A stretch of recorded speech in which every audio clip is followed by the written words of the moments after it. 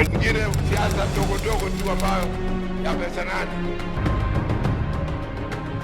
Una maana wewe ni binadamu ya mavi ya kuku.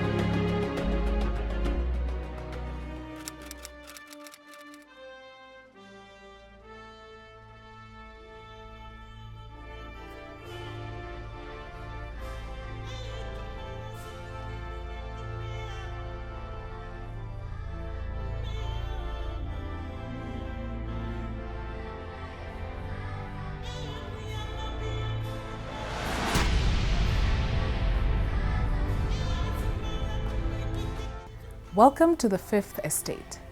Today we have conversations between Professor Mutahi Ngunyi and the Third Republic, a group of young African intellectuals from the Fort Hall School of Government.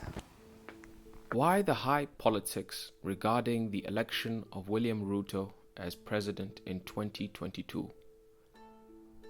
Is there a crisis in the Gikuyu nation? Is the Ruto question really about Ruto? Or is there something that we are not seeing? The Ruto question is not and was not about Ruto.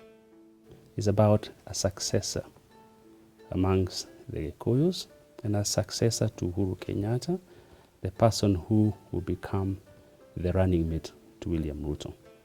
So when you see people all over making the kind of noise they are making, they are doing it not because they don't like Ruto or because they don't think Ruto will become president, but they're doing it because they are jostling for position in terms of who will be the running mate to William Ruto. William Ruto will become president.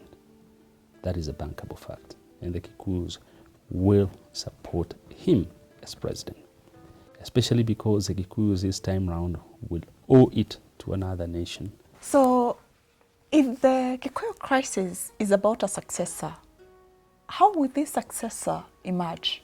Fantastic. Successors in politics are not born. They never are born. Successors, especially in African politics, are created. Jomo Kenyatta created Arap Moi with intentionality. Arap Moi created Uhuru Kenyatta with intentionality.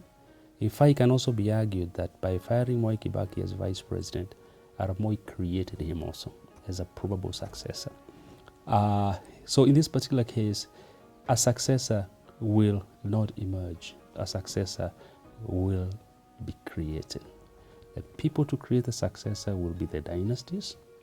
That is the 4 dynasties that are currently active in our politics. They will probably sit together in a boardroom and say that the person who will be running mate to William Ruto will be the following. And the reason why that running mate must be created with the interest of the dynasties is because William Ruto is an outlier in the sense that he is not from these pedigree families. And they are a little worried that at some point he might get in there and then behave in a way that they do not expect. So they need to have a man who will keep him in check. And that man or woman who will keep him in check.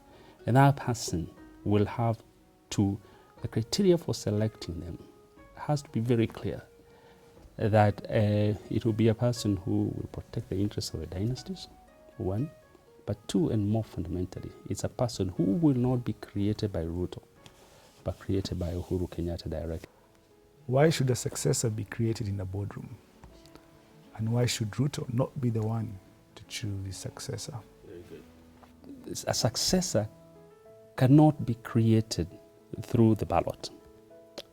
What normally happens is that a small committee sits in the boardroom, and a committee whose faces we do not even know, and they agree that the following person shall represent our interest and shall also serve as our political insurance within the regime in place. So in this particular case, the boardroom is the one that will decide who this successor is going to be. And then this successor will be handed over to William Ruto, and Ruto will be told, this is the man you're going to run with. If there is politics or crisis in the Gikuyu country right now, the crisis is around who this person is going to be. This takes us back to the Gikuyu question. Is it possible for the Gikuyu to make Rosemary Odinga their successor? Can she be their successor under Ruto? Especially because dynasties have no tribe. Does this successor have to be a man or a Gikuyu? Are there possible female successors like Martha Karua, Anne Waiguru, or even Rosemary Odinga? A question of that kind is a question asked completely not out of the box. It's a question that's asked without the box. It is an exceptionable question. But is there historical evidence that one can borrow from that will tell us whether it is possible or probable? If you go back to 2002, Mwai Kibaki was not a Gikuyu candidate. That's a historical fact. Mwai Kibaki was a Luo candidate.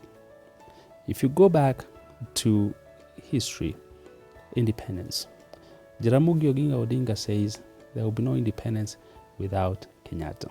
And he had to actually tell the colonialists who wanted to make him president that I will not become president if Kenyatta is not released. Which means that there has been a Luo Gikuyu kind of a support system that has existed over the years. And in my view then, it is not completely outrageous to think that Rosemary Odinga can actually become the Gikuyu candidate come 2022. The candidate that will run alongside William Ruto. It might be a far-fetched idea from the Third Republic, you young people, but it is a very probable idea. And if it is so, then we can take this to the bank that the first Luo president of this republic will be a woman. That woman is most probably going to be a woman from the Odinga family. That's my thinking.